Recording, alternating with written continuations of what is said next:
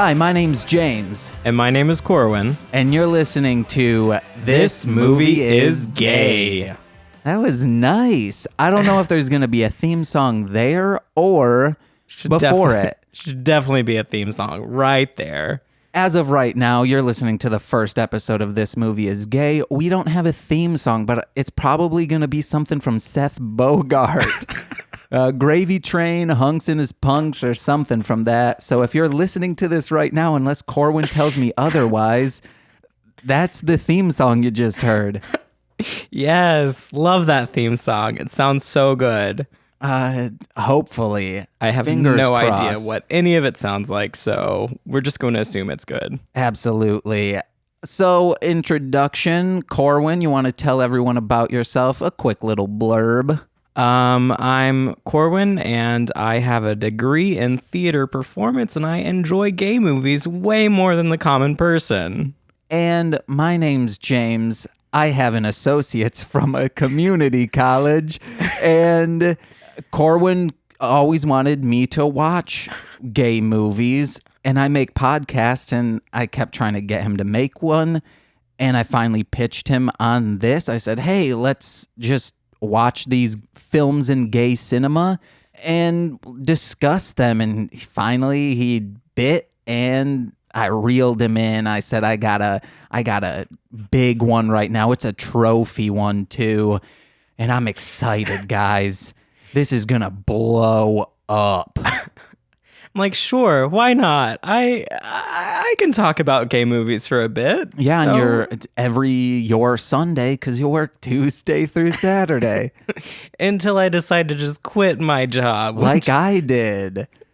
Probably happens soon. I need to get back to performing anyway. Hey, at least while you're working there, this can be your outlet. You can perform here.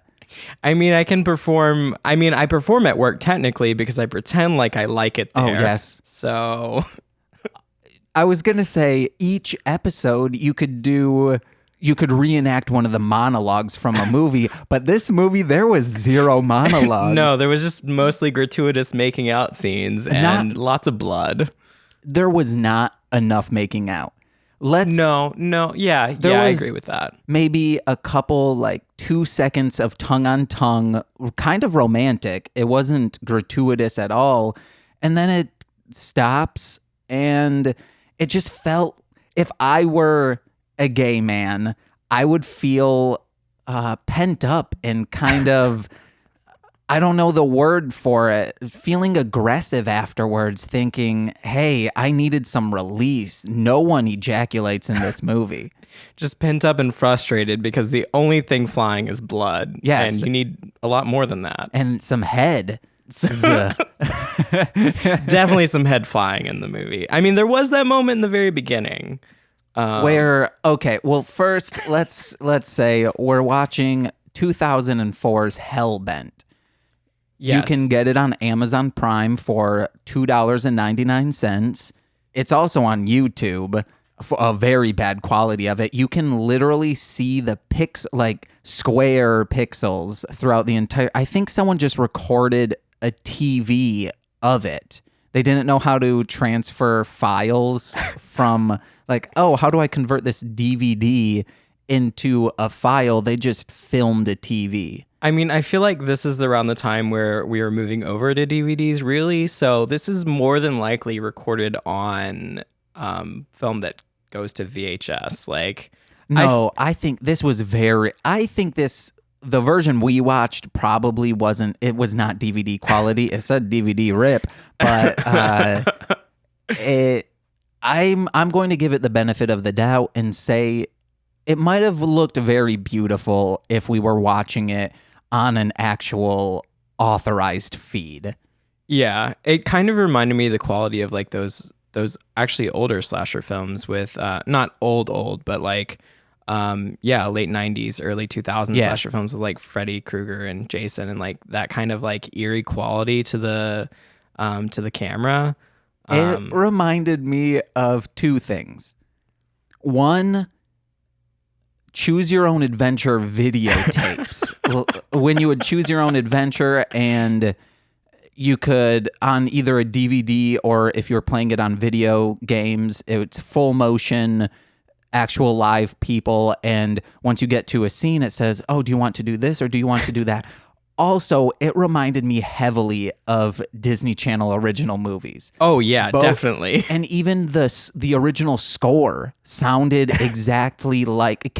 We need to IMDb this, find the person who scored this movie, and if they had ever worked on a Disney movie...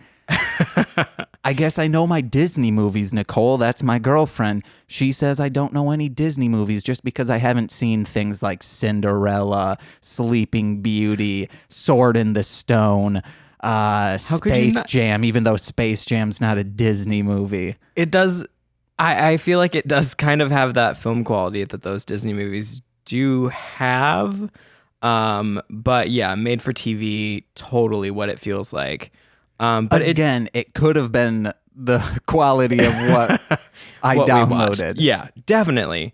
But it is 2004. That was a weird time for everyone, I'm sure. Let's see. Cast and crew. We were still George W. Bush. We were. AKA my favorite president. He would have enjoyed this movie so much. He'd been like, "Oh my god, what's happening?" He probably does enjoy this movie. He's probably one of the 5 stars on IMDb. It's weird how we now think he's like people have switched over and said, "Yeah, he seems like a fun, okay guy."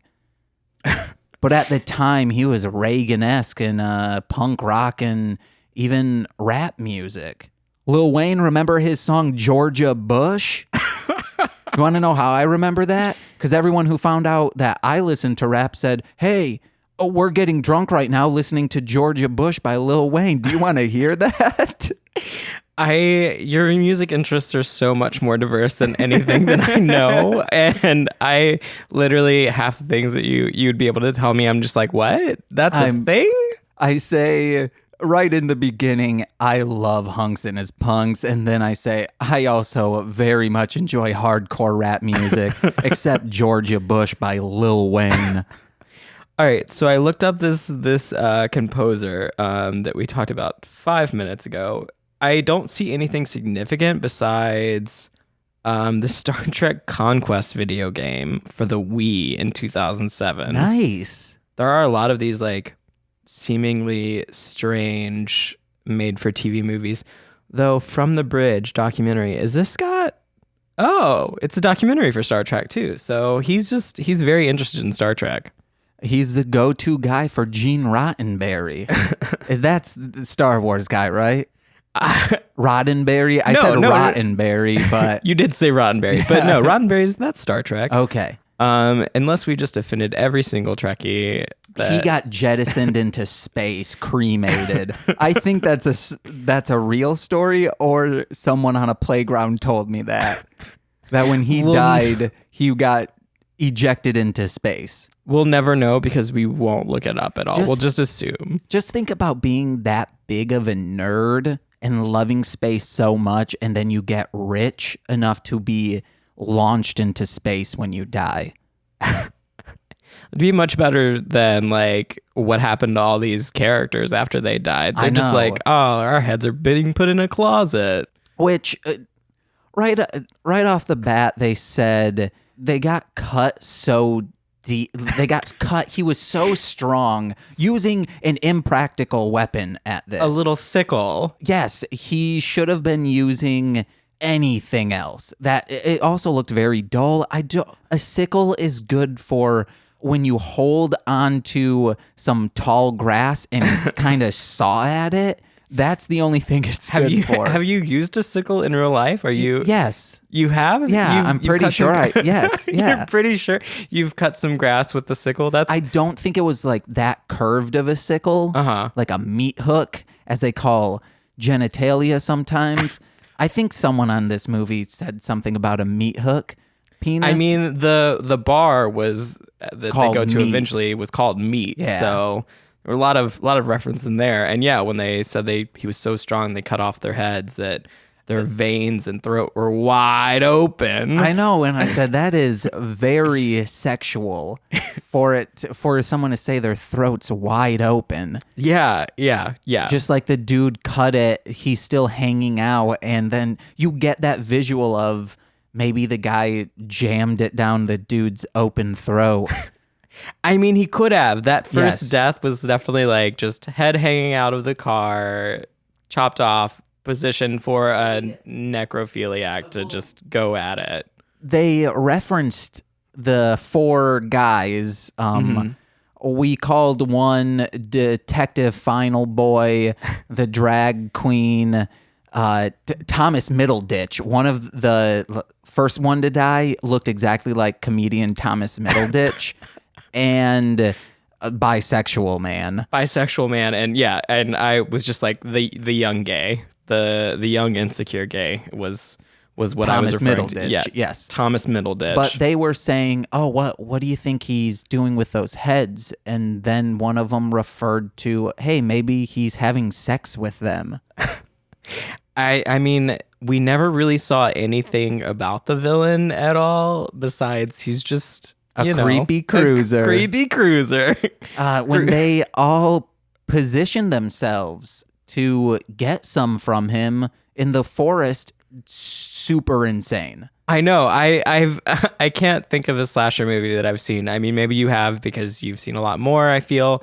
But I can't think of a slasher movie where you see the victims going and propositioning the villain. No, maybe a Friday the 13th before they think he's a killer. They might say, "Ooh, someone's looking sexy because he's beefy." Beefy man in a in a hockey mask, a goalie face. But besides that, it's never aggressively. It's, and that was so aggressive. And throughout the movie it is. Yeah. Every single time he came up, even though it's like, oh, this creepy guy is literally following us around everywhere. It's like, oh, hey, you've got muscles. Yeah. I don't know what your face looks like, but But those eyes were looking nice. Sure, eyes. Yeah, that's what I was focusing on. He had piercing black eyes. Creepy devil horns and carrying around a sickle on Halloween. I know. So, you shouldn't, unless it looks plastic, you shouldn't invite that coming towards you. Technically, we as an audience were hearing a shing noise, which means they were also hearing a shing noise whenever he brought out the knife. Sickles don't have a sheath. No, and he's straight up carrying that around, and he's making that shing noise by like, or he intimidating. He has like stone, like a slab of sharpening stone on his leg, and he goes shing. I mean, he was. There was one moment in a transition that he was like, you saw him using the whetstone on it. Wait, really? Yeah. Oh, I must have been doing notes. It was straight up like. I think I saw that in the trailer though. I watched the trailer. Yeah. When you sent me this movie, I looked at the trailer and said, yeah, this is the one we're going to do. I was like, I want to come in fresh. I was like, what are some good slasher gay movies since it's Halloween?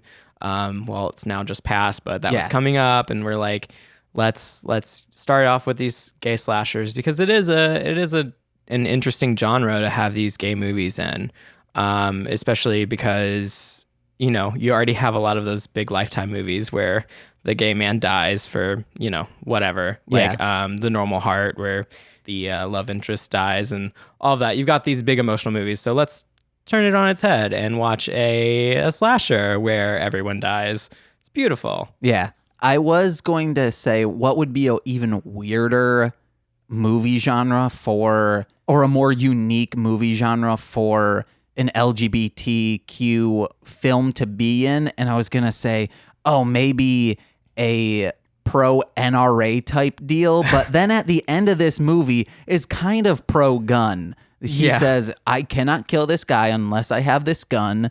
He runs, grabs that gun, and hey, guess what? It saves the day. Even though he's only got, a couple shots in, and for some reason his gun's not locked up, even though his dad was a cop and everything. I don't understand all that. It's in a little tote something of that I had as a child. I'm pointing at it right now. There's no lock. It's plastic and easily opened, But I guess if you don't have children around, you really don't need it locked up. Yeah, but like, what if Creepy Cruiser?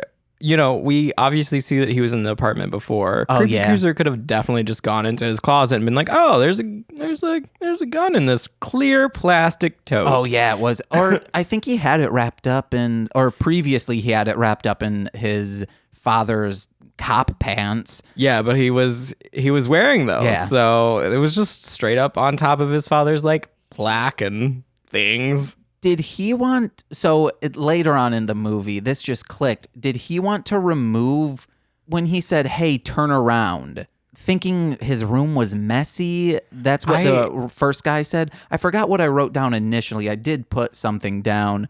Maybe, turn around. And then I told Corwyn, he just turns around, then Detective Final Boy rips out his pubes. I was thinking maybe it was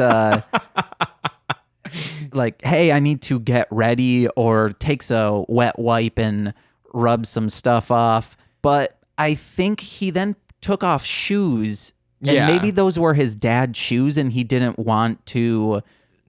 It would be weird having sex in your father's clothes, even though he was wearing the pants and shirt. Yeah, he was still wearing most of the clothes. I don't know what that function of that turnaround was. I didn't see anything that like he needed to do besides he kicked like a little bit of clothes under his bed. Yeah, he just kicked the shoes. But they never said anything about his dad's shoes. So I have no idea what that could have been. I feel like it was literally just a function for the romantic interest to go to the window and find the ID with blood on it. Yeah. For the drag queen when the drag queen died. He could have, kicked his dad's picture underneath. They could have done so much. I don't know. I was very confused by that. I was like, why is he making him turn around? He just takes his shoes off and then he like, unbuttons the rest of his shirt to be like, "Oh yeah, I'm sexy here with my chiseled-esque abs." Mm-hmm. If you guys know, tweet at us. We don't have a Twitter handle right now, but you'll find us. It'll be in the description if you know why he wanted to turn around. So you should definitely watch this movie. 2004, Hellbent. See a guy turn around, then other guy rips out his pubes. Yeah, just straight up big old handful of pubes, rips them out. I have trichotillomania, which means I pull out my hair and I pull out my pubes. To prevent a bald spot up top. If I'm at home, never at work. I wasn't ripping out pubes there. But just at work in the cubicle, just like, yep, gotta rip them out. It's okay. It's okay. Hey, guys, trust me. I just took a shower. My penis is clean. No one's gonna use this keyboard after. I wipe it off. It's fine. Yeah. It's fine. It's good. The hair's clean too. I don't have crabs. I'm good. Crabs outbreak at work because there are pubes in the keyboards. Ew. That's disgusting. In high school, my keyboard felt like matted, but that's only because I had long hair. And when I was doing audio production in high school, I would be at my computer all night just yanking out my hair. And if you popped up one of the keys, you would just see hair, long strands caked in there. Oh, that must have been hell for those like air cleaners. Like, I never used one of those. Can't even use them. Yeah, it's just like, I would have had to pop off half of the keyboard in order to, because I would have needed maybe bend a paper clip and kind of hook out a bunch of hair. Just get some tweezers. Yeah. Just pull it out. It's fine. Underneath my bed on the wall, because my bed was up against my wall, that was caked full of long pieces of hair too. It was disgusting. It's all from like stress and stuff though, right? I have no idea what it's from, because even when I'm doing that dank CBD oil and I'm not anxious, I'm still yanking out hair. I think I need something to do with my hands. You need to get fidget spinners. Yes. Or those I like those little boxes that have like the buttons and stuff on them. One of the things I used to do, actually, I wear rings sometimes, and there's a ring that has like chain. I can't do rings either, because I'll mess with that to the point where your two fingers meet in between. If you had webbed feet and hands. At the base of that will start bleeding because I just like dig it in. I mean, we do have technically webbing because that's, evolution. Two of my left feet over. two of my toes are webbed for real. Just straight. You're a great swimmer then. I was on swim team. I have pictures of Lil Me in a Speedo. You're going to give Michael Phelps a run for his money. Oh, Just man. go for it. Speaking of dank CBD, Michael Phelps. Oh, what? He smokes the ganj. Oh, did he get in trouble for that at the Olympics? No, I don't pay any attention to he- anything. In between, he got into, like, there was criticism of him saying, yeah, I smoke weed. It's not a performance enhancer. Uh-huh. So why would you guys even care? Speaking of weed, I did have a note when they start smoking weed at the end. They were kind of like, oh, are we going to do this? Are we not? They Oh, start yeah. smoking weed. And I said, does weed make you horny? I mean, I don't know. I'm not a weed expert. I feel like there could be some aspect to that. Maybe. I don't know. Don't quote me on that. The few times I've gotten high as a straight edge person, weed just makes me giggle and think my cousin Joe, he's got up and started dancing like Usher to the song Yeah, while driving our father's minivan. That's a real story. He became 3D dimensional animated and started dancing to Yeah. So you just started like seeing everything. Yeah. Okay, great. That weed, I do think, looking back at it, might have been laced. Or I was also in the 6th grade. Oh my God. 12-year-old little James smoking up. Terrible. I was super straight edge and like Oh, after middle that school I and college. I didn't even touch weed until like late college. And even then it was like few and far between. I'm like, I don't know. I don't like that feeling. I want to be myself. I was smoking weed at 12, and I'm okay. Look at me. I'm a semi-successful person, but I never drank. Because guess what? If you drink, that's the gateway drug. Studies have shown. Have you seen these studies, Corwyn? I haven't seen any studies. I'm excited to see these studies about It drinking. says alcohol is more of a gateway drug than weed. I mean, it makes sense. That's what most people are like peer pressured into drinking. You rarely see people nowadays that are like, I mean, our age and everything that are like sober and stuff. Which talking about that, the drinking and smoking and everything, I think one of the things that this movie tried to do was like, typically slasher, it's like, oh yeah, you've got the virgin, but then they're going to have sex. So they're premarital sex and it's a sin. So we're going to kill them off for that. Like this movie didn't really follow that at all because it's like, oh, they're gay. They've all had sex, whatever. Yeah. But it did like the bisexual dude he was taking a lot of drugs and getting really high. And that was like his downfall. Yeah.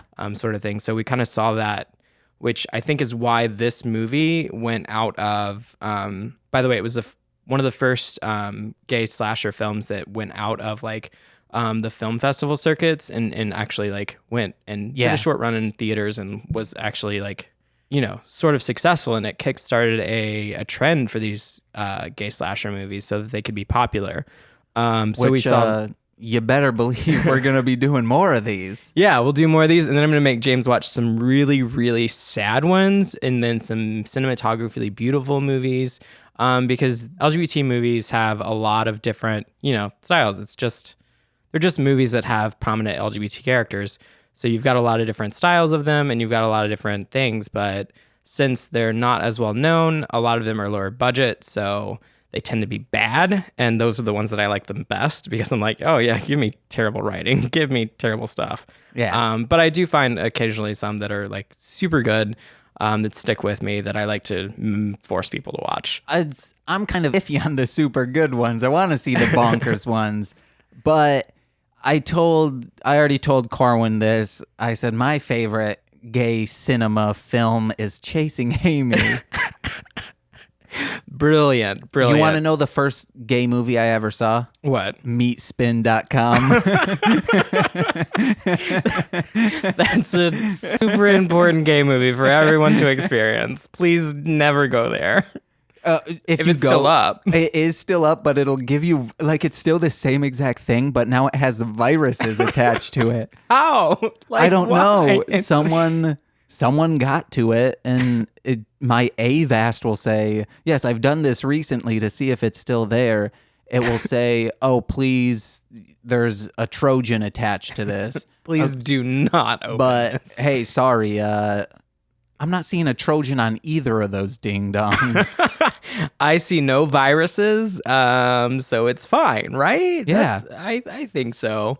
There's a lot. I think one that you will really enjoy that's terrible, but I really like it. It's called Monster Pies. Okay. And it's like, it's basically like sort of Romeo and Juliet, and it's set in like Australia, and instead of Romeo and Juliet, you've got like the werewolf and Dr. Frankenstein or something. I am in for this.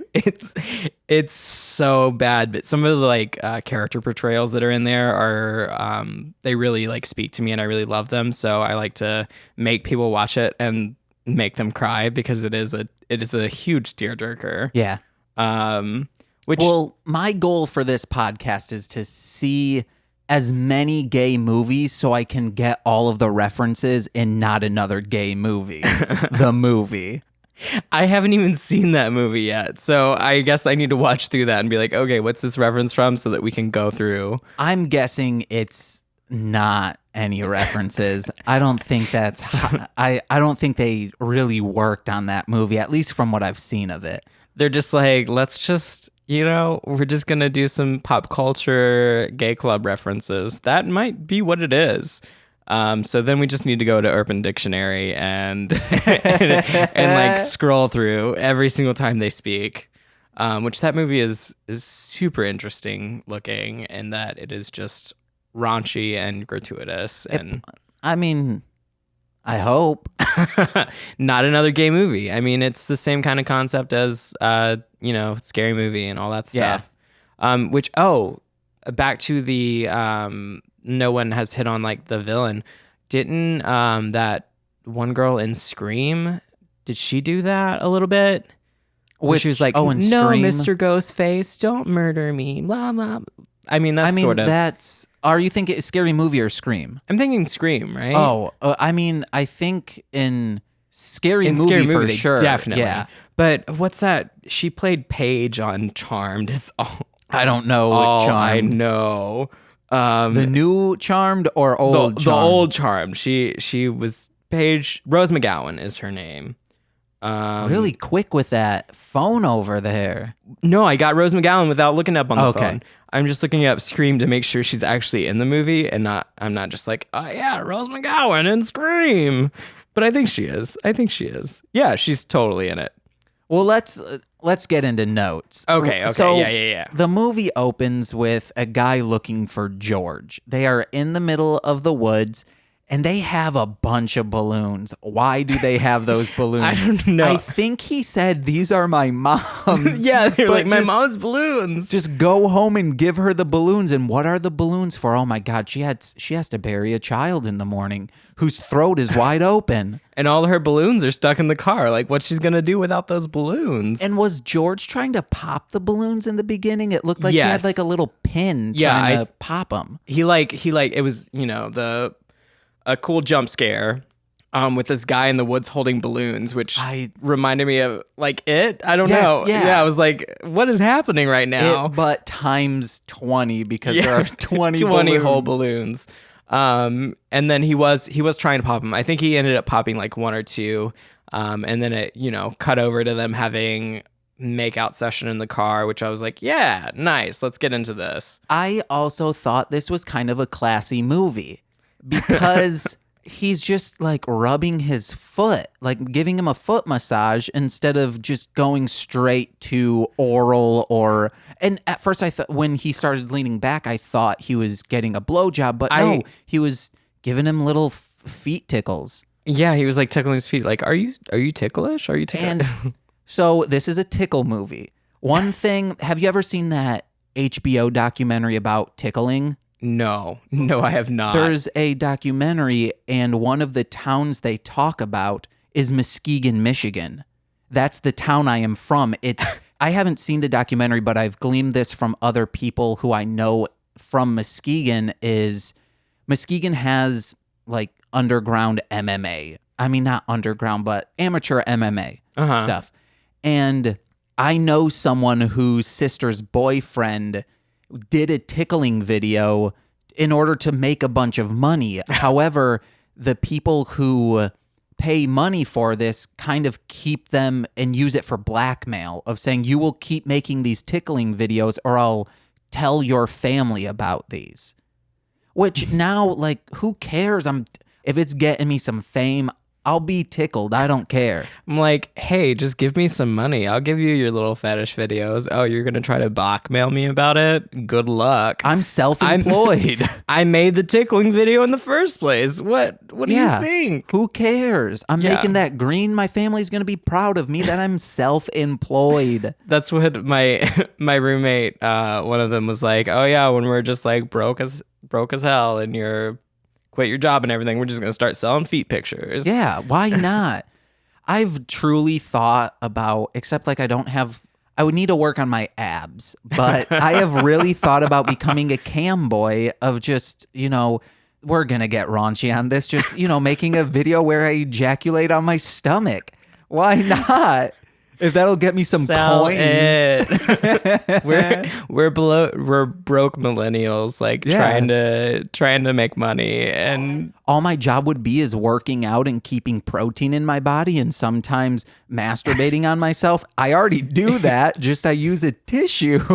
Getting protein in your body, making protein leave your body. It's just a cycle so that we can exploit people to get money. Yeah. That's it. That's totally it. Yeah. Nicole would wake up and just hear bring ding ding bring ding ding bring bring bring ding ding. And she'd be like, "What's going on with James?" And then she comes in and I'm like, "Hey, I'm just at the office, Nicole. Don't mind me, just making us some scratch. That's it. I just made $500 in this second. You want to know what? Next time, catch me in it. I saw a boost in coin. That would be or token. I think they're called tokens. Just even an hour-long video at $500. What? Yeah. Why? I mean, Kim Kardashian did it, right? Yeah, and she made millions. She's just famous now. I made a rap about a cam girl, and it is my most popular song because I tweeted it to her, and she actually saw it, retweeted it, and said, "This is fantastic." And in one day, which normally my songs cap out at 22 views, this had 1.1 thousand views. Wait, your songs all cap out at 22 views? Yeah. Are they all like that? Oh my, yes. Unfortunately, no one listens to my music. I don't know what's wrong with it. Well, when you sent it to me like via Slack, I think, or Facebook or something. So I don't go anywhere to look at it. It's just like you sent me the clips. Well, on Facebook, you'd be bumping those views up. But you need to send it to me on Facebook. That way I can bump up your views. So you'll have 23 views on Facebook instead of 22. I do these things called podcast raps where I sample other podcasts for the intro, hook, and outro because guess what? I don't like writing hooks. And those ones are also popular because one of them was featured on, I sampled a popular podcast and then they have a pro version. It's a Hollywood Handbook. Mm-hmm. They have a pay version. And on a pay version, they're always just trying to eat up time. Yeah. And there was kind of a lull, and one of them said, "Hey, have you ever heard that rapper that samples us?" And they said, "No." And then they just played a song and critiqued it for like a minute and a half. From yours? Yes. Oh my God. Yeah, so that one, technically, my biggest fans are watchers of cam girls and listeners of a very weird podcast. That's it. Perfect. That's the perfect audience to start to build because you've got the cam girls, which works into our slasher films. Yes. Here, and I'm sure we'll watch more slasher films that are even raunchier than this one because this one was like, oh, we want messages. We want it to be like artistic, but also we want it to be like, a slasher. One of the biggest messages, they just say it flat out, was, I don't like condoms, but they keep you safe. Yes, very important. I don't like condoms, but they keep you safe. That was... He said it to himself. And then right after that, he got stabbed. So Yeah. what's the message here? He lived. So Yes. I guess we need to definitely promote condoms. He'll live in fear and probably difficulties of being stabbed right through the chest. However, he will not live with AIDS HIV. No, he'll be fine because he believes in condoms, Yeah. which is very important. Man, that sickle should have had a condom. I feel like it was already dull enough that Yeah. that it just would have completely stopped everything. If it was sheathed in a condom instead of going shink, it would have went like, That's a great sound effect. or it would have just sounded like rubbing two balloons together if it wasn't pre-lubricated. Just All right. What was your favorite death in the movie? They were all kind of tame. Like there wasn't, in other slasher movies, they're set pieces. Yeah. When it comes to a death, like Jason Goes to Hell, there's someone like gets stabbed through the chest while like going cowgirl on someone in a tent. Oh, yeah. And then he yanks it up and just her like organs fall out on the guy. Yeah, this one, since it was decapitation, it was just like, oh, yep, here's Yeah. a headless body with a lot of blood. I think the first one and the bisexual guy. The first one, yeah, definitely with the guy hanging out his head out the window. That was so, I did like that death a lot just because it was like, he was like looking up at the moon and the stars and he's like, oh, this is beautiful. And then like, oh, there's a masked man cutting my throat. And While I may or may not be getting a blowjob or my feet tickled. Yeah. Which that was also funny because of all of the mother's balloons in the car. Yeah. Actually blocked the guy in the car, his view from the killer. So, you know, he could have no, he wouldn't have lived. The killer knew he was in there, but were the balloons symbolic of anything? Wonder if maybe the balloons symbolized condoms. It's a very pro condom movie. Maybe they did. it's a pro unlocked guns in your cabinet and condoms movie. That's the message here. This is a right-wing movie. They love God. guns and safe sex, even though it would be more abstinence. But for a gay movie, this is as right-wing as you'll get. There's some more messages from right wing that you can throw in there if you want to. I will let people infer that. Okay, so I wrote that this is a fantasy movie because there is no town this gay. I mean, wasn't it West Hollywood? Is that We only find that out at the end of the movie when they go to the police department after the creepy cruiser follows him into that alleyway. Yes. Also, how are you going to want to have sex after almost dying? I mean, you got some adrenaline stuff, but I mean, I would be weirded out by that sickle being stabbed in my fake eye. Oh, yeah. Like, straight up. Like, I'd be like, are there some glass shards in my eye? I'd be like, nah, man, the mood has been done. I wrote down glass eye technology because you said that's a very advanced glass eye. I don't understand what's going on there. It looks real and it's moving with him. Yeah, I feel like that was just definitely, I feel like they were just like, yes, this is totally glass, but not really. Yeah. Because there was only one moment where the eye looked like not real at all. And I feel like artificial eye technology in 2004 is not that advanced, but I'm no expert. So I know on the Wikipedia, like scrolling through this, there are pictures of like the little eye things. Oh, because one of them was a movie poster. Oh, it actually says one reviewer found the serial killer's fetishization of the hero's glass eye funny and intriguing. I don't think it was fetish. Like it is in his mouth at the end. Yeah, I feel like that does throw into a little bit of a fetish for it because he does like, you know, he uses the hard nose on the mask, it looks like, to pop that eye out into his mouth. I thought he was using his finger, but maybe not. Well, because he had one hand on the sickle and the other hand was holding what's his face? You're arms. right. So like it's like, what did he use? And it looked like he just used that hard piece on the nose to like pop it out into his mouth that he held onto the entire time that he was struggling and the entire time he was trying to murder the love interest and the entire time he got shot in the head. Yeah. I think I felt it more of, you are now marked. I'm going to get you back, and you're going to have to see me again if you want this back. Yeah. Kind of like a Halloween 2 type deal. I did feel like very Halloween-esque with this, which is fitting that we watched it now since the new Halloween movie came out. But yeah, it was just this ominous presence just chasing them around. So if there was a Hellbent 2, that lead could just do it again and be like, this man. We get a new Halloween-esque Hellbent 2. It's just him very withdrawn from society, thinking he's going to come after him again, and also wanting that clearly very expensive eyeball because that technology.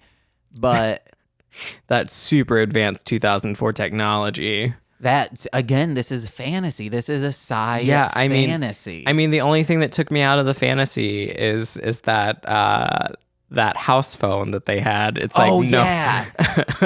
Once I saw him like go over and like push a button, and I was thinking, what is he doing? But once I started hearing that beep, it took me back to that time where, hey, you have a cordless phone, you can't find it, you got to click the panic call button, and it's going off somewhere on the couch. You're gonna find it.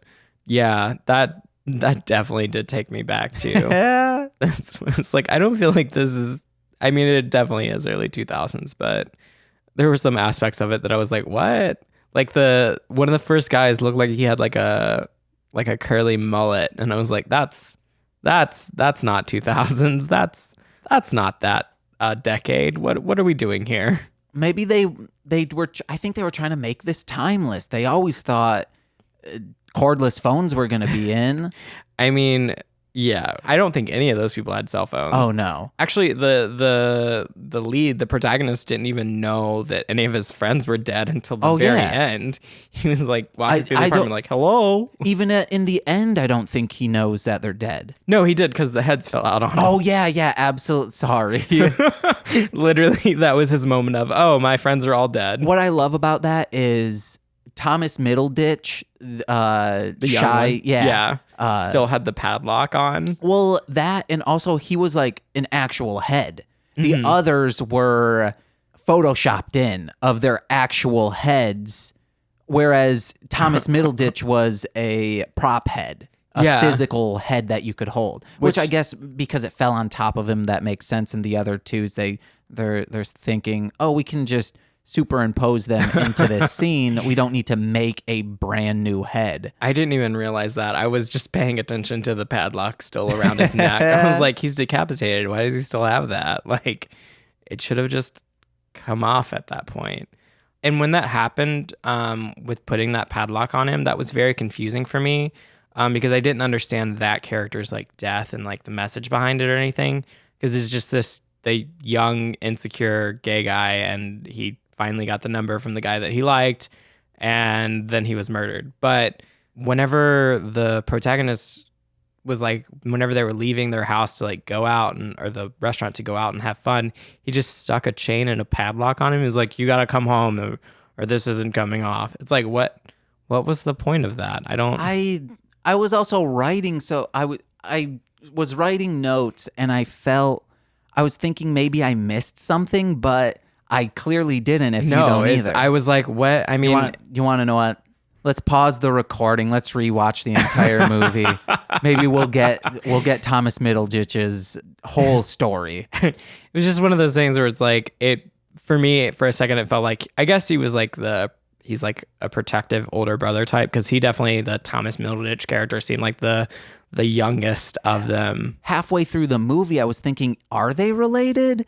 Because it seemed like it. Since I don't think they were related. I think they were just like roommates and everything. And, you know, you always have like the young one that you like take under your wing. And I mean, in my case, it's usually me. I'm usually the young one around older gays, and they're like, let's protect this one. Yeah. So I think that was that. Trust me, I know. No, all of my roommate situations, I've been the oldest, but the youngest was like 2 feet taller than me. So we were kind of felt all on the same level playing field. It's like, yeah. Except when rent came around, then I was the adult. And actually that's in all of my roommate situations here in Chicago. That's what it's been too. It's like, I'm the one, because usually I'm the one that has like the name on all the utilities and stuff. So it's like, hello, this is your adult Corwyn here. Oh, I wasn't on any utilities or the lease, but I was the one who saved money. You were the one like, yes, this is being taken care of. The others were just blowing money on cigarettes and Tahitian Sunrise. That's a caffeinated fruit punch from around Michigan. That sounds delicious. I want some Tahitian Sunrise. I'm pretty sure that's what it's called. I used to sell it when I worked at Dr. Pepper.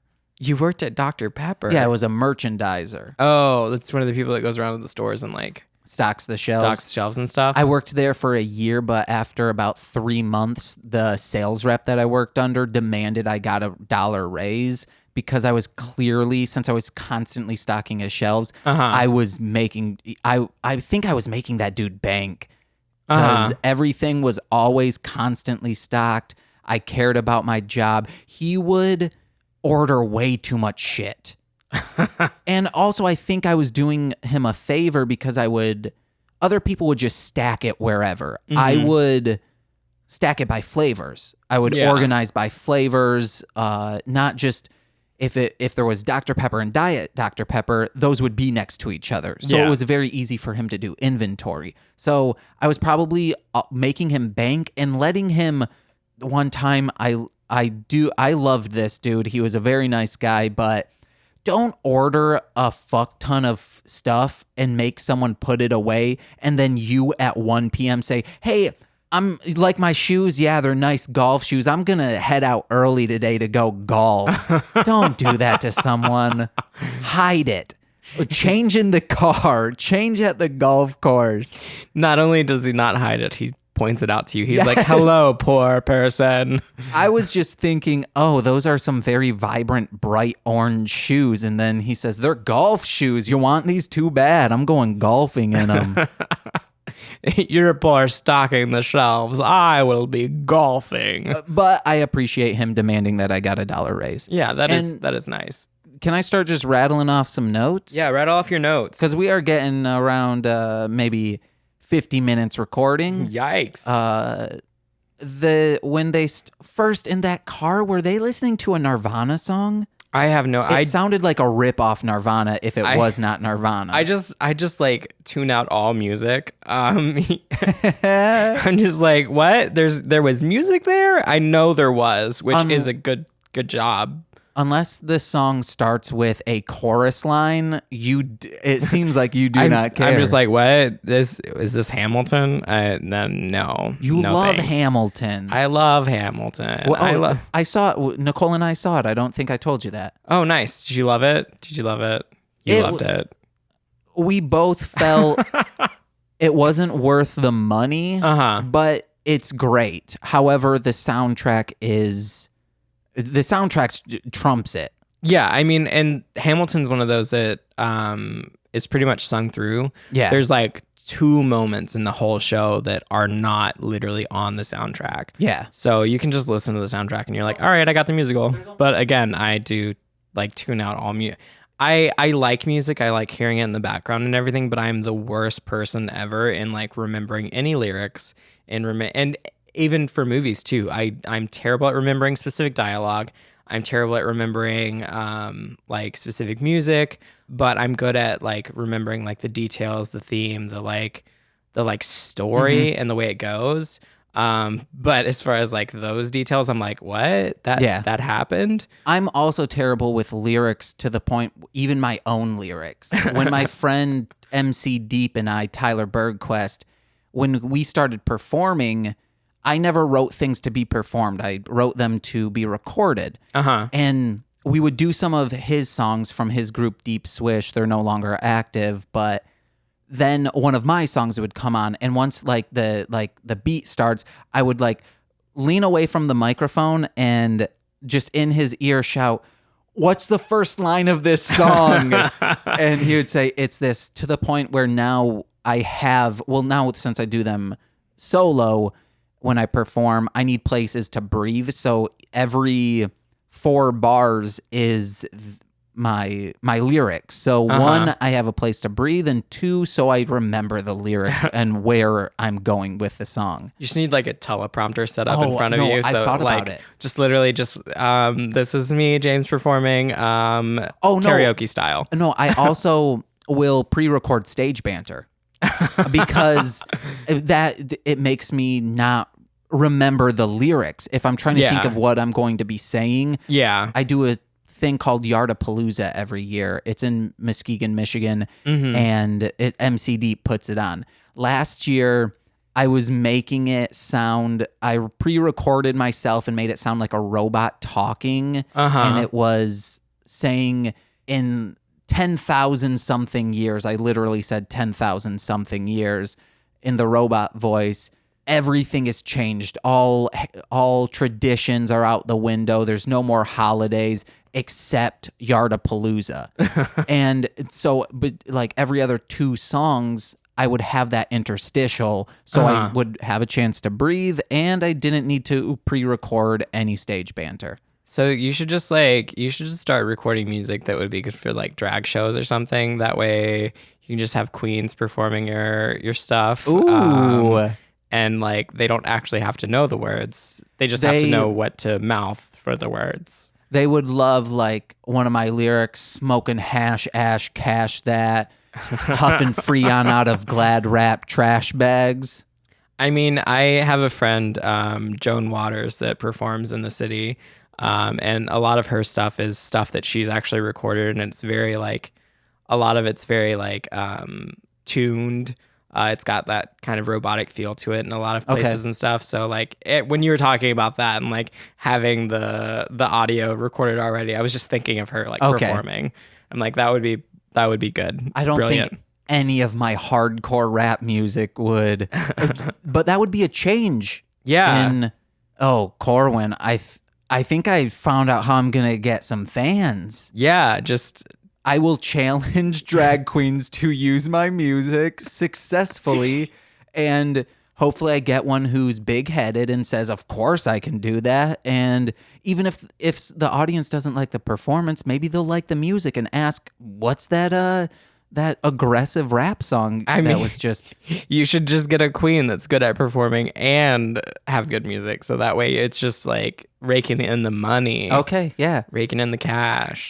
Someone on another podcast that I do, a fan, listened to my music and said, "Oh, I was not expecting this out of the weirdo on the podcast." I mean, that makes sense. Yeah. But again, it's stuff that I tune out. But your notes. Yes. What else do we got? The couple with the balloon car, they said we're stuck on the very beginning opening scene. Couple in the balloon car. They said we're gonna get busted, and they should have said more like we're gonna bust. I mean, yeah, he was popping those balloons, but then the balloons got in the way, and that's why he was hanging out of the car. Makes sense. One of my favorite deaths was Thomas Middleditch, because he put over the trick-or-treat plastic bag. To cut his head off. I enjoyed that. And he was just like carrying him. I think I like the bisexual guy's death, like you mentioned before, because literally he gets stabbed on the dance floor, and no one notices. The funny thing about it is, like, at the end when his like headless body falls, like no one is dancing around them, which in a club that tight, that's not gonna happen. Like you've been to clubs that are like that. It's like there's no standing room like that. No, I don't go to clubs. I've never been to a club. If you ever go to a club and see that, like there's when it's busy like that on Halloween where there are people all over the street and stuff like that, there's no space in there for that. So that wasn't really that like. I was going to ask you this. Is this movie an accurate representation of gay culture? I mean, all of the characters hitting on the villain and being like, hey, yes. Okay. Definitely accurate there. I was like, yeah, I could see doing that or see a friend doing that. Like that's, yep. Mm-hmm. Especially with like the nihilism from like, that's kind of popping up with millennials nowadays because of the political stuff and all that. We're seeing like a lot of people that are like, yeah, go ahead, murder me, who cares? Yeah. Like just like sort of the attitude. But obviously, I mean, we do care and we're like, no, we need rights and yes, all that stuff. But definitely the drag queen before her death, like going and chasing a guy down an alley and like hitting on him. I could see someone doing that. So I said the creepy cruiser has no perception of knowing that I said this, obviously that is a man. How is because then creepy cruiser goes up after finding out it's a man and kills him. Well, so I didn't understand that. I think that death was specifically because in the beginning it would introduce that character whose name was Toby as like, you know, turning heads in the restaurant. Everyone was like, oh my God, okay, so beautiful, all that. Like literally turning heads and owning their own self and self-worth. And the reason that they went and I think that pushed them towards the killer was them, you know, not getting any attention throughout the night and being like, oh, I hate men because they're so superficial, blah, blah, blah. And then taking off the wig and being like, no, look, I'm actually a man. I'm not doing this. And then even then the creepy cruiser wasn't turning around to kill him. The creepy cruiser didn't do that until literally the character was like, I'm never dressing in drag again. So he's denying himself and his identity and like whatever that may be. I feel like that's kind of what led to that death, just thematically. But I mean, I also thought maybe that once he got the ID with the address, then he was thinking, oh, even though I don't know how he would know this, he lives with Detective Final Boy. I didn't even know that Detective Final Boy lived with all of them. I just knew he lived with the bisexual dude because he's like, oh, it's my roommate. After we learned that he was a bisexual man. Yeah.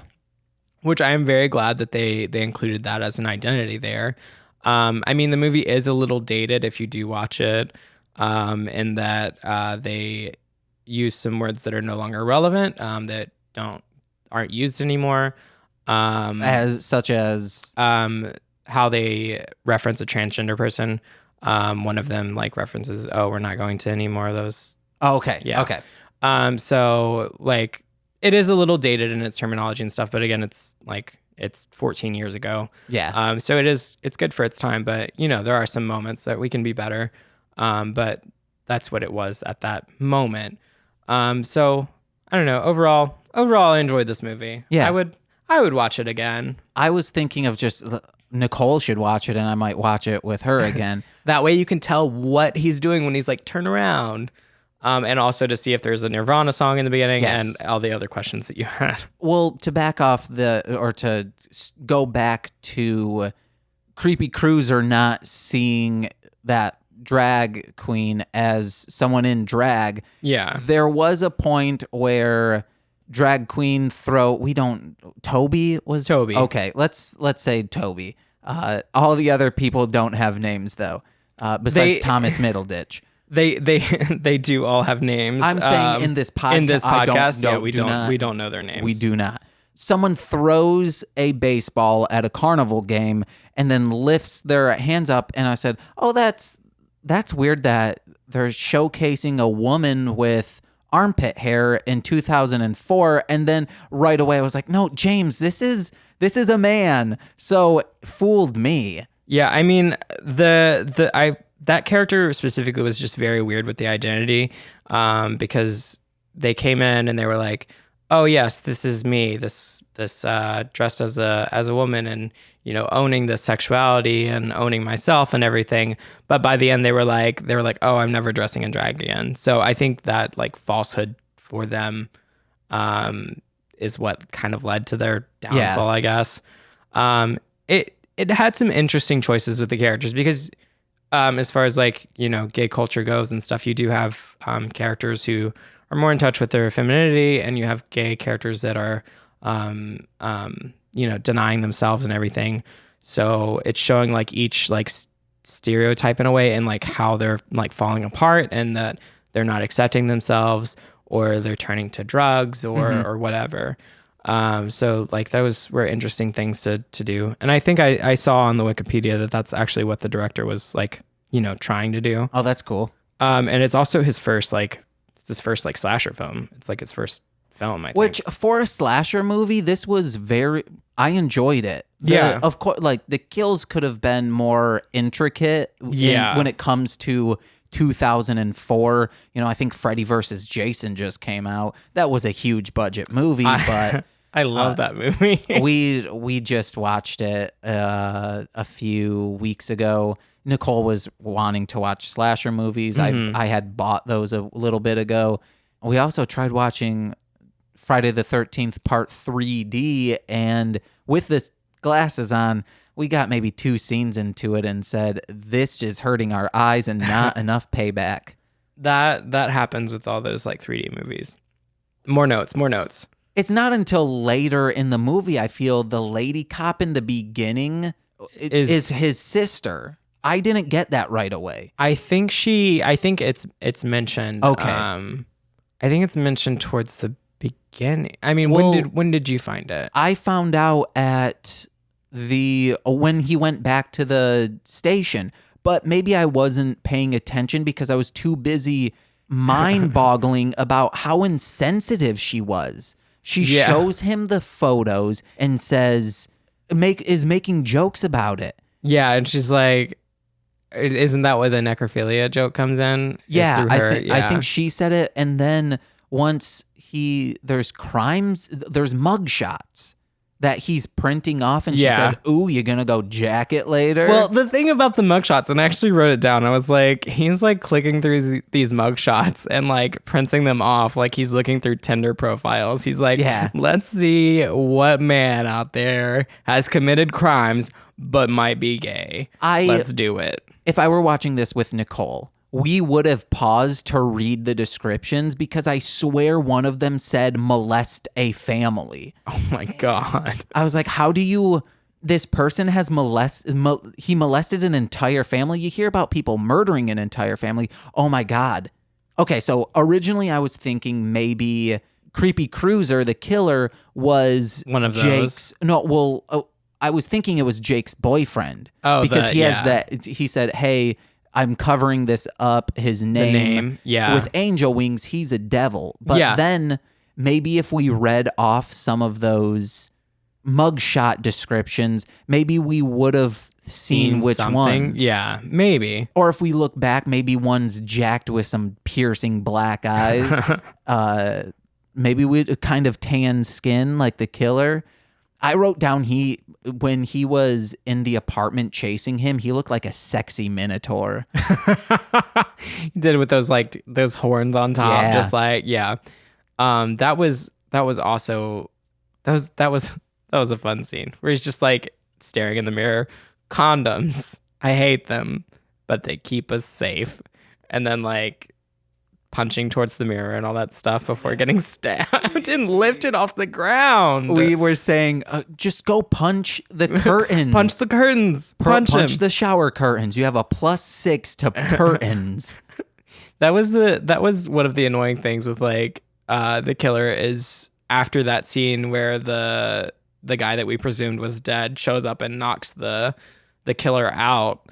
And then the protagonist just runs away. It's like, why? He's on the ground, like knocked out cold, just like, He carries Jake. Why? No. Before he carries Jake out, whenever the killer's still on the floor, knocked out, where he's like, I'll be right back. Hold on. And he goes to try to find the phone. Creepy Cruiser killed him, but obviously he didn't.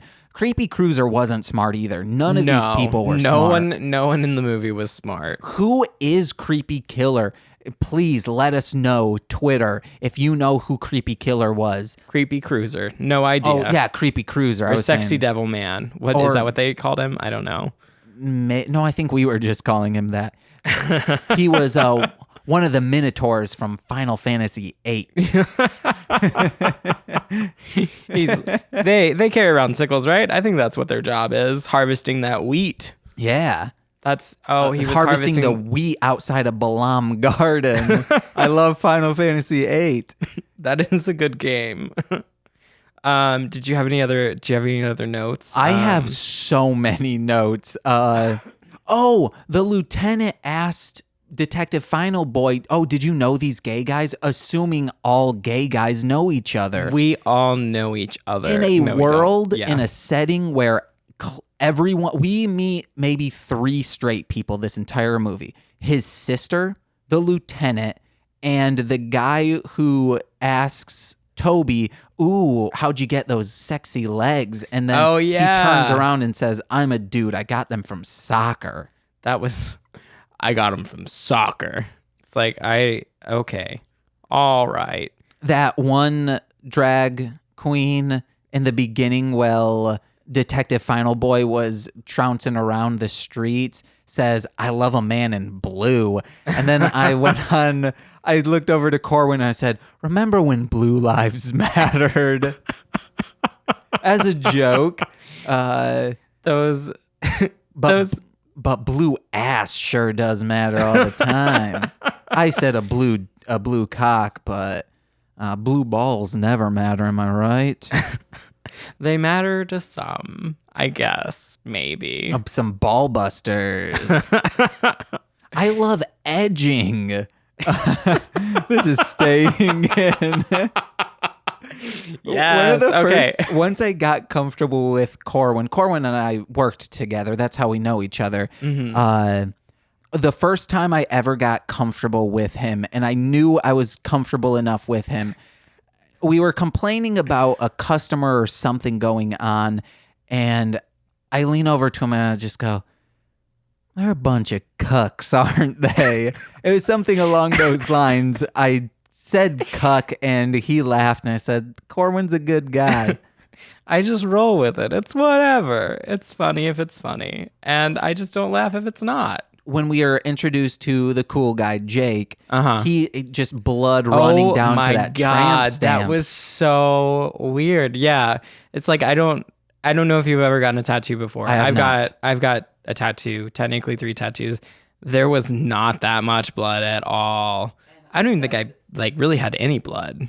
Jake is either a hemophiliac, which we now know he's not because he got stabbed. Yeah, and he's fine. Yeah. Tattoo artist is a bad tattoo artist. Yeah. It was like literally a giant drip of blood like rolling down his back. That the tattoo artist then like sensually was like, oh yeah, let's sop this up with my finger. Okay. So I had this written down of just saying Detective Final Boy can't shoot hoops, but then we now know that he can't shoot at all. No, he was first talking about like whenever he first was like, oh, what's happened? I'm not on the force. He was like, oh, I had an issue with my eye, blah, blah, blah. And I was like, the way he like said it and the way that scene was like happening, I was like, he doesn't have an issue with his eye. But then later we see the killer like stab him in the eye and we're like, he has a glass eye. That eye is fake. So he really just can't shoot. But the thing about Detective Final Boy, we just couldn't figure out what he was actually to the police department. He doesn't have a uniform and he's just like working the desk and like printing out random pictures. You said he's the Gina Linetti of their office. Yeah, he's just their like civilian contractor assistant person.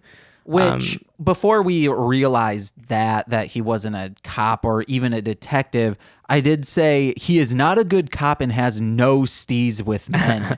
It just seems so weird. I thought initially he was going to be a suave guy. He is not. Not at all. But, and it's so like, I'm like, nope, that doesn't seem real. Because he's got like the Superman Clark Kent kind of look going on. Oh, yeah. Which I did look up all those characters because I was like, have any of them been in anything? None of them. I think the one that you called the young one, Thomas Middleditch. Yeah, he's in some vodka commercials now. I think he's in something, but that's it. One of the craziest things in this movie is when bisexual guy, we meet him and the girl leans out. She says, I swear I'm 18. I can prove it. Yeah. Why? That was very strange. None of us were thinking she was under the age of 18. No. And like, what's the point of that besides like shaming the sexualization of a bisexual man? Which, already society like tends to deny that exists anyway. It was a very strange thing to happen. Definitely agree with you on that. I touched on it, but I said this town is more gay than the town in Rick and Steve, the happiest gay couple on the earth. I don't know if you've ever seen that show. It's a weird show. I thought it was going to be a hilarious show. It's not. Is it just something on like YouTube or like? No, it was on either Bravo or a station like Bravo. Oh. I have never heard of that, so I guess I've got something more. I've got another terrible thing to look up. Eventually, we're going to do that on this podcast. Yes. What else do I got? I have so many notes. I know, me too. The trick or treat grab bags that they got were just filled with condoms and lube. They were asking, yes. Oh, what'd you get? Oh, I got pineapple. They all got pineapple lube and they were upset about it. Who's going to use a green condom? Someone into trolls, obviously, and orcs. But someone said they got a scratch and sniff manhole cover. And I was like, what the hell is that? It's probably a sticker for your bum. That smells good. Or like a butt plug. It might be a butt plug with scratch and sniff on the bottom. Yeah. It's, if it doesn't exist, it will now. The top of it is like a cork material. Those sticks that you put in oils and then the oils seep in.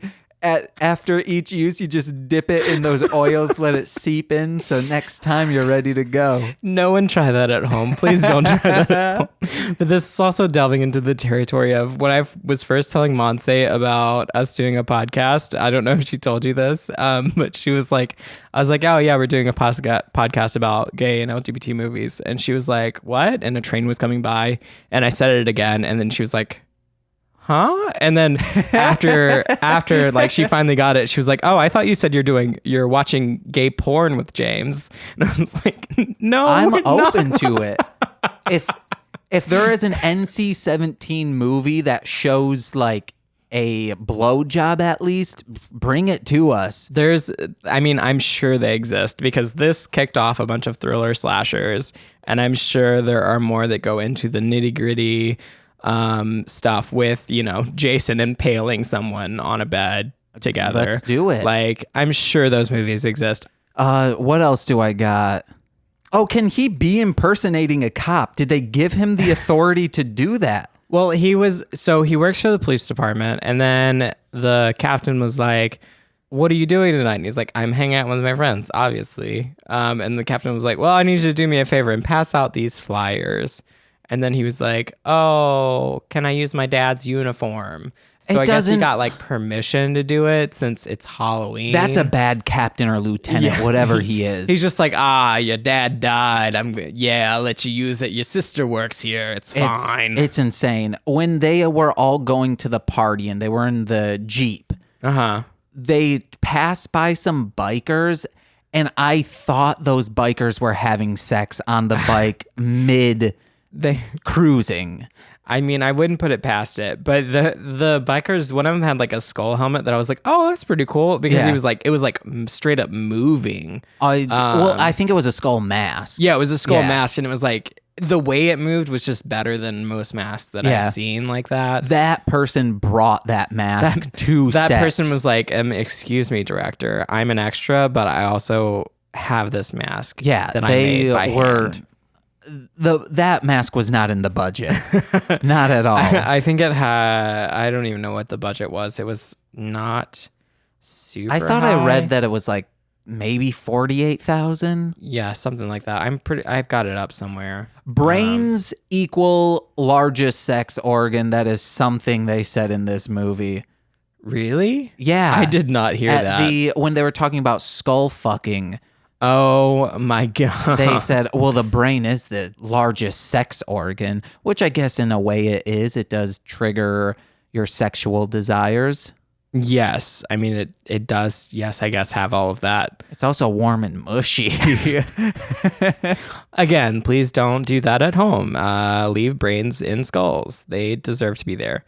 IMDb has a 5.5 out of 10 rating, and it's got a 43 Metascore. You said when they were trying to proposition the creepy cruiser in the forest, you said that they catcalled him away. Yeah, they straight up, that was the funniest thing to me. They were so aggressive in flirting with him that they catcalled him away. It was like they mooned him. They were going all in on him, and he left. What the only thing they could have done more is spread their butt cheeks and said, it's right here for you. I mean, they practically did that. It was their opening weekend. They made 45K. Okay, their that's gross what I was was thinking. 187K. I'm not sure why it doesn't have it. Like right there. The budget. Yeah. On Sometimes IMDb. people don't publish the budget, so you can kind of say, hey, it was a critical success, even though we didn't make the budget back. Yeah. I mean, I feel like with what it was, they definitely probably made the budget back. But then again, they had like giant party scenes and like all this other stuff in it. So who knows? We know this film, though, had a corporate sponsor, Starbucks. When they're at the party on a street corner, you can see a Starbucks sign, which was not approved. I'm surprised they didn't blur that out. Yeah, it straight up can just see that. It took 2 years to film. It features original as well as licensed songs by queercore bands, Nickname and The Normals, which was probably one of those bands that I was like, I can't understand. I actually have a note about that. Is nu metal gay? Because that that club scene where you said, I don't understand any of these lyrics that this guy is performing. Is that a gay band? I think so. I think it has. Oh, it's actually got a bunch. I stopped reading. So queercore bands, Nickname and The Normals, Best Revenge, Pansy Division, and $3 Bill. Maybe that's probably $3 Bill. I don't know. And it actually does say it's got equal doses of club tracks and Korn style nu metal. Korn's. Oh, I was nice. I am on the ball today. I was not even paying attention to what the ball was. But that's just because, again, I don't actually listen to some of the songs. Well, speaking of the nu metal band and that scene, I put down a thing that the singer says to Thomas Middleditch. He says, just go with it. It'll be fine, which is not something you should say to anyone. No. But then it's very insensitive, that chainsaw stuff, because someone in the gay community, 2 people were murdered the previous night. Yeah. Just cancel that from your set. It would be easier to not do that than to do that. Yeah, that was a weird scene to have. And I thought they were going to kill that guy. Yeah. On the table right there. Yeah, I me thought too. that the devil man was going to show up and just slice his head off right there. It didn't happen then, but I was expecting it. I'm also looking through here and it says that there's various stereotypes: the drag queen, the leather man, and the sex addict. So I guess the young one was the leather man. Which he said it wasn't his costume anyway. Yeah, and he was having trouble getting it on in the beginning. Like that was such an introduction to him where it was like typical like innocent type, because he was like trying to put on this sexy costume with this just like basically like cod piece sort of thing, like just covering the essentials. And he was like, I'm stuck, I can't get it on. And then the protagonist, detective whatever, was, trying Detective Final Boy was trying to help him put it on. He just made him put on jeans. Also, to cover it up. Does he even get the top part of his costume still isn't on right, correct? Because it looked like it was lopsided the entire time. I think it was on right. I think he was just too small to fit in it correctly. Okay, that makes sense. And then I think that's also why the bottom piece didn't work, because it was made for someone larger. So his friend was trying to help him put it on. Which one of the things I did like about the movie and like their friendship and everything is that they were very like, before they went off and did their various things and ended up dying, they were like protective of each other. Yeah. Like the bisexual, like sex addict one went and helped the young one. He was like, no, like oh yeah, come here. Like, and they were very protective of each other. And even until they separated. The drag person said, hey, I'm off the market tonight, so you guys are good. And Thomas Middleditch said, oh, thank you so much. That means I might have a chance tonight. Yeah. I just wrote down, a kill hasn't happened in a while, and that was 37 minutes in. It literally, from that first scene where they died all the way till like the first death of that Thomas Middleditch. It was about 40 minutes. It was so long. In an 84-minute movie. Yeah, like halfway through, we didn't get any slasher or anything. So I guess that was like an attempt to like sort of build up the suspense, especially showing the creepy cruiser like following them around. Like, oh, yeah. Showing them in the forest, though they called him away. He did come right back, and then they ran off. I liked that because you even commented, who do you think's going to die first? And none of us knew who it was going to be. Because they kept going back and forth to each person separated from the group, and you're thinking, oh, this is when they're going to die, and it doesn't happen. Yeah, at first I thought it was definitely going to be the bisexual dude, because I thought that he would, run away, or not run off, but like go off with like some random dude, instead of like sticking with his friends. But he actually like stuck with his friends until he left Thomas Middleditch's character, and then that's when that one died. But like before that, I thought it was definitely going to be him. Okay, the most insane thing in this movie, and it's with Thomas Middleditch.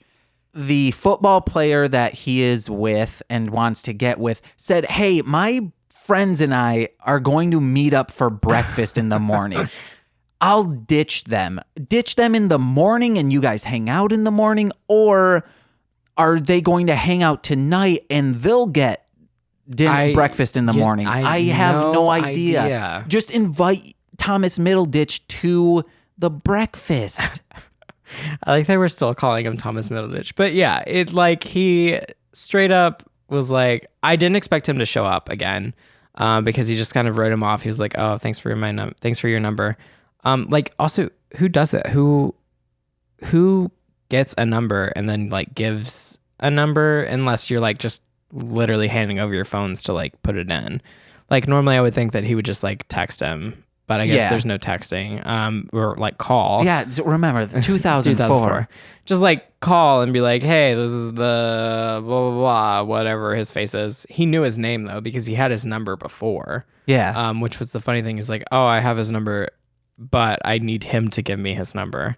It's like, okay, that's a little creepy, but I do like how his friends turn to enjoy Thomas Middleditch by saying, oh, he has pre-printed cards? That's actually pretty cool. Yeah. Which is. Yeah, I've actually thought about doing that a few times, because there have been a number of times where I'm like, oh yeah, I need to give someone my number, but I'm like, I don't have a business card, so I can't do that. Just print out QR codes and it goes to your Instagram or Facebook. Yeah. So then people can just like you on those apps. And they can just like DM me there. I can put on one side Corwyn. That's all you need to know. Do a QR code to just your Tinder profile.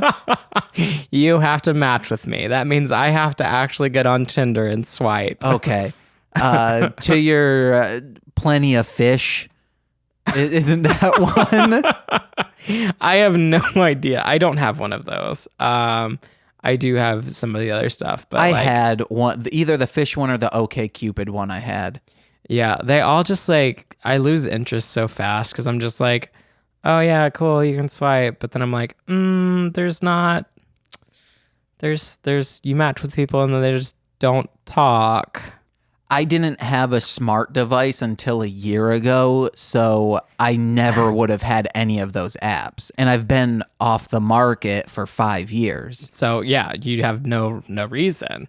When Nicole and I got together, I had her make a many fish or plenty fish, whatever it was called, just to see how well we matched. And it was like 87%, and I felt good about that. Nice. Even like, because OkCupid does have that like, oh, you match them by whatever percent. Like there's quite a few people on there that I've matched with like over 90%. I'm like, I don't, no thanks. You should also be able to they should ask you, what's your political leaning? That's that. Yeah. Just to immediately cross out everyone, even though, hey, unless like someone's like slightly leaning one way, it's fine to date someone like that. I'm just like, I'll just slowly nudge you to actually have empathy. That would be nice. Yes. If, someone is socially left, but economically right, that's fine. The other way around, no. Who is socially Republican but economically they're like, yeah, I'm very xenophobic, but yeah, free healthcare. I mean, there have been moments where I've talked to people that I've been like, I have a bad habit of just asking people questions to like, whenever they're talking about their political leanings and stuff, I'm just like, okay, so why not? Like, why can't we have free healthcare? Like, why? Yeah. And they like struggle to answer sometimes. So like that would be hilarious to talk to someone like that and do that. But yeah, we got to vote tomorrow.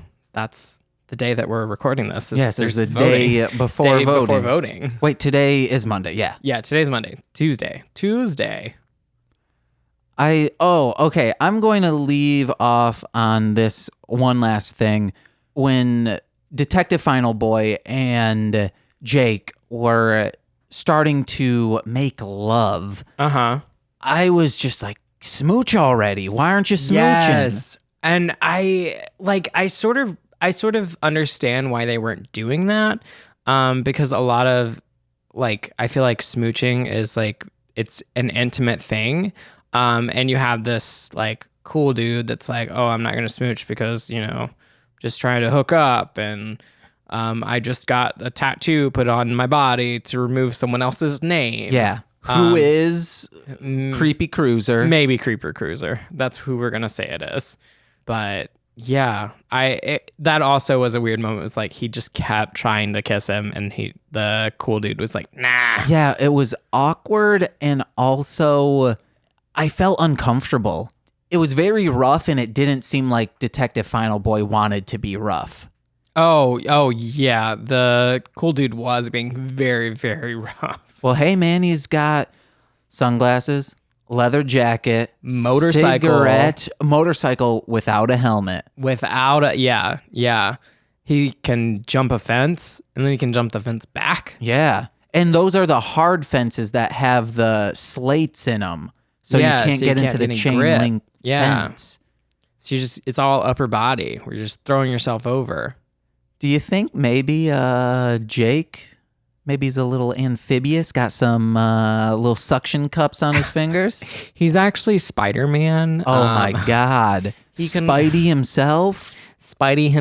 He can sling all those webs. If you spell Jake backwards, it spells Peter Parker. Definitely. That's definitely how you spell Peter Parker. It's EKAJ done. Peter Parker. If you flip, hold on. Let me show this. It's like it's like the Da Vinci Code that you're going through right now. This is how we make Jake into Peter Parker. Jake. And then think of that in a mirror so it's flipped reverse. It says Spider-Man. You just said it said Peter Parker. Definitely. Do you have any closing thoughts? My only closing thoughts is I'm excited to watch more gay movies. Yes. And I'm glad that I got to watch this one for the first time here to see like what this was about. I loved it, and I loved the running time. It was quick, to the point. That's how like comedies and horror movies should be. It doesn't need a lot of. It doesn't need to be the trilogy of The Hobbit. Like it doesn't need to be like all of that. Unless it's like Jackass 2. I wish that were longer. Oh my God. I don't even think I've watched that. I don't want it to be longer. I've seen Jackass, Jackass 1.5, Jackass 2, Jackass 2.5, Jackass 3D, and Jackass 3.5.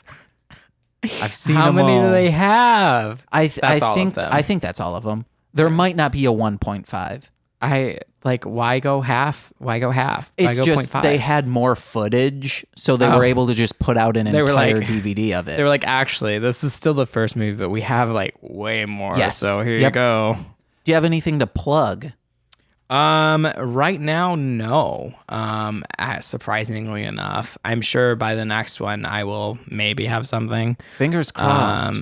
Because right now I'm just doing the not quite 9 to 5, but 9 to 5 and not doing anything else. I remember those days, but I'm out of it. I'm self-employed, very nervous of not getting any finances in order. But I have a lot of things to plug. Plug away. I have 2 other podcasts. One is Mostly Speakin' Sentai.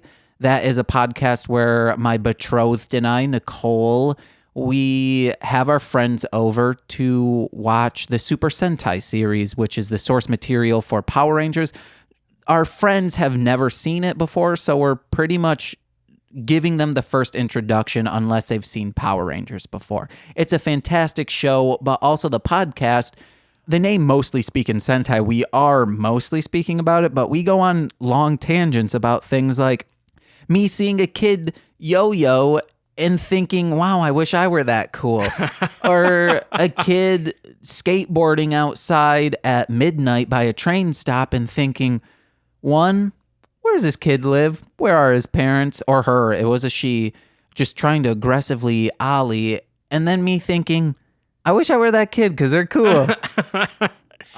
We discuss the fashion sense of the villains. We go very in-depth, but you don't need to see the show. However, it's streaming for free on many services you don't need to pay for, you don't need to sign up for. So check us out, Mostly Speakin' Sentai. We're on Apple, Google Podcasts, Spotify. That's a big one that, if you're just a casual podcast listener, Spotify, everyone pretty much has it now. You can follow us at MSS Pod on Twitter and Facebook. Go to Twitter. That's where I'm the most active, but also on Instagram at MSS Podcast. My other podcast, I'll Get There, is with our friends Courtney and Monse. Yes. They did this stupid thing. I was just producing the podcast, but they forced me on the microphone and said I was a third member. I'm getting that 33%. That's a joke I make every time I promote this podcast. However, I deserve that 33%. They spend an hour and a half a week on it, but after my hour and a half recording, I'm mixing that for another 2.5 hours, promoting it, uploading it, all of that jazz. I earned that other 23% that I'm getting now of $0. We haven't made any money on it. But when it does, 33. For updates on that, it's also on all the podcasting platforms, but follow at Marshland Media, which is where you can find updates about this podcast right now, unless we decide to get a Twitter handle. Get its own Twitter handle, which I'm sure we will, and it'll probably be in the details when this is actually released. Absolutely. All right. Well, thank you for listening. I've been James. I've been Corwyn. Thank you so much. Have a great day. Have a great day.